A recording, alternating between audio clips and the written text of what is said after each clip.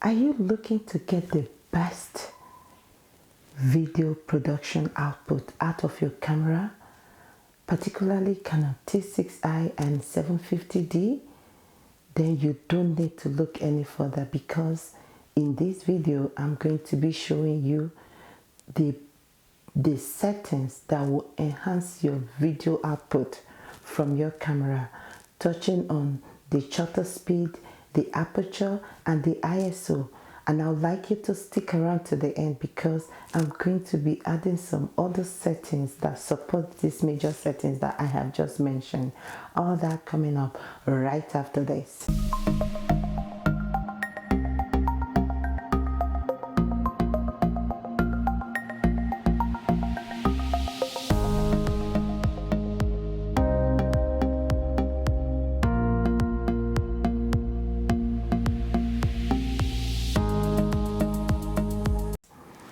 Hello everyone, and welcome back to my channel.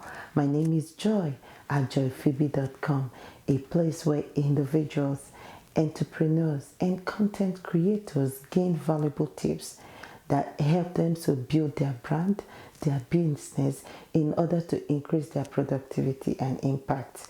So if we are meeting for the first time, welcome, and I'd like you to subscribe and turn on the notification bell. That way you get notified whenever I upload a new video. So today's video is going to be a practical demonstration for you on how you can set up your camera in order to get the best video output out of it. And I'm going to be focusing more on Canon T6i, which is my own main camera that I use for my videos production, and also for is similar for Canon 750D. Now we will be touching on the shutter speed, the aperture, and the ISO. And like I mentioned before, I'm also going to be adding some bonus tips that will enhance these settings for you towards the end of this video. So stick around with me to the end and you get all the information that will make your video production the best one ever. So the first thing you want to do in the process of customizing your camera is to come to this point. You see this dialer right here? You see this dialer? Dial it to manual, because keeping it to manual enables you to customize your settings as desired in order to get your desired result. Okay, if it's on auto mode, it's not going to let you do that easily. And the next thing, your step 2 will be to turn on your camera, but not on the on button, but on your video button right here, like this. See that? Okay, so once that is done, then we're going to set up our shutter speed, which is this guy right here. I keep mine at 50 because 50 tends to give me my desired result. But once you tap on this number, you can move it either to the left to increase the number or to the right to increase the number. And the same way, you can also achieve the same process by tapping this right button or to the left arrow like this. It's not a button, sorry, it's an arrow. Okay, so yeah, I'm going to move it back now to 50. There we are. So the next second thing we will be customizing is our shutter speed. Now the second box right next to the is our aperture, which is next to the shutter speed. Now for my aperture, because I am using the Canon lens 18 to 55 mm, I just typically set this lens to the minimum, which is 18. Once it's at 18, so I go back to set my aperture to 3.5. Hope I'm in focus. Yeah, I'm trying to record this on my phone because this Canon is my main camera, and because I have to use it for this demonstration, I have to find another way to capture this practical demonstration. See that? The same way too, like I mentioned earlier, you can dial it sideways like this, or you can tap different little ways using these two arrow buttons. So now we've covered the shutter speed, which is this guy right here. Then we've covered the aperture, which is now set at 3.5.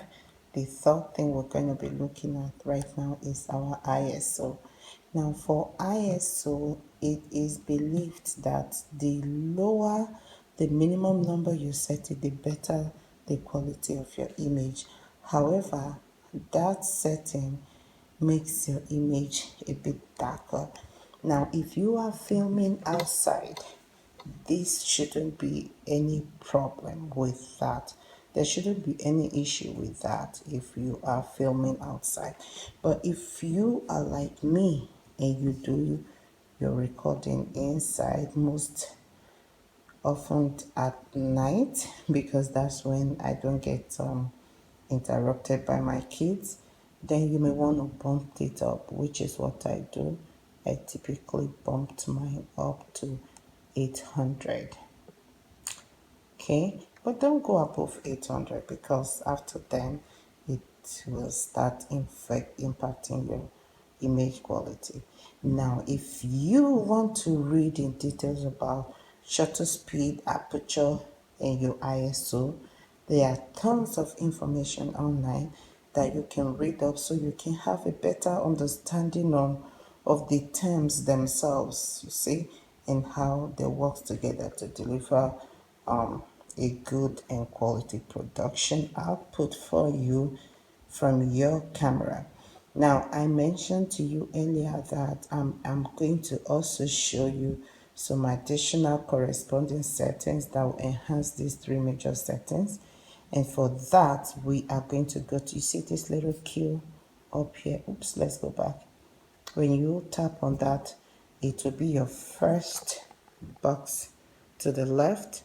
See, that's your autofocus method in live view. I keep mine at tracking because that way it tends to track my face when I am recording. Okay, because many a times during recording I'm by myself, so that really comes handy. And the second thing I want to show you is this guy right here, which is your quality, your recording quality and frame rate.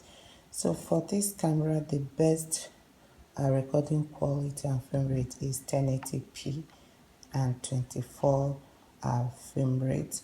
So yeah, I would recommend you set it at 1080p. And how you do this, you click on this.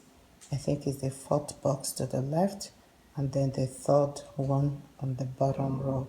That's where you will get to see that.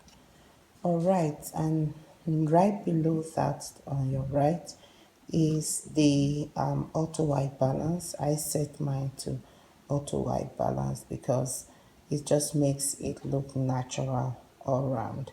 And below that is the picture style. Now when you click on this, you get to set the picture style.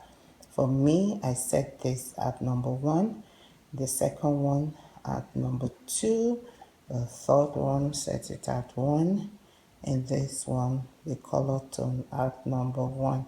Now you can play around with this to determine which one works well for you or which one you like the better.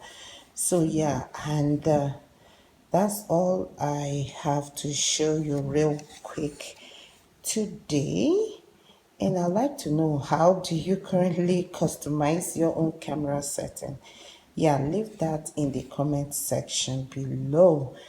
Thank you very much for watching, and as always, if you are yet to subscribe, kindly click that subscribe button, and I will see you again in my next video.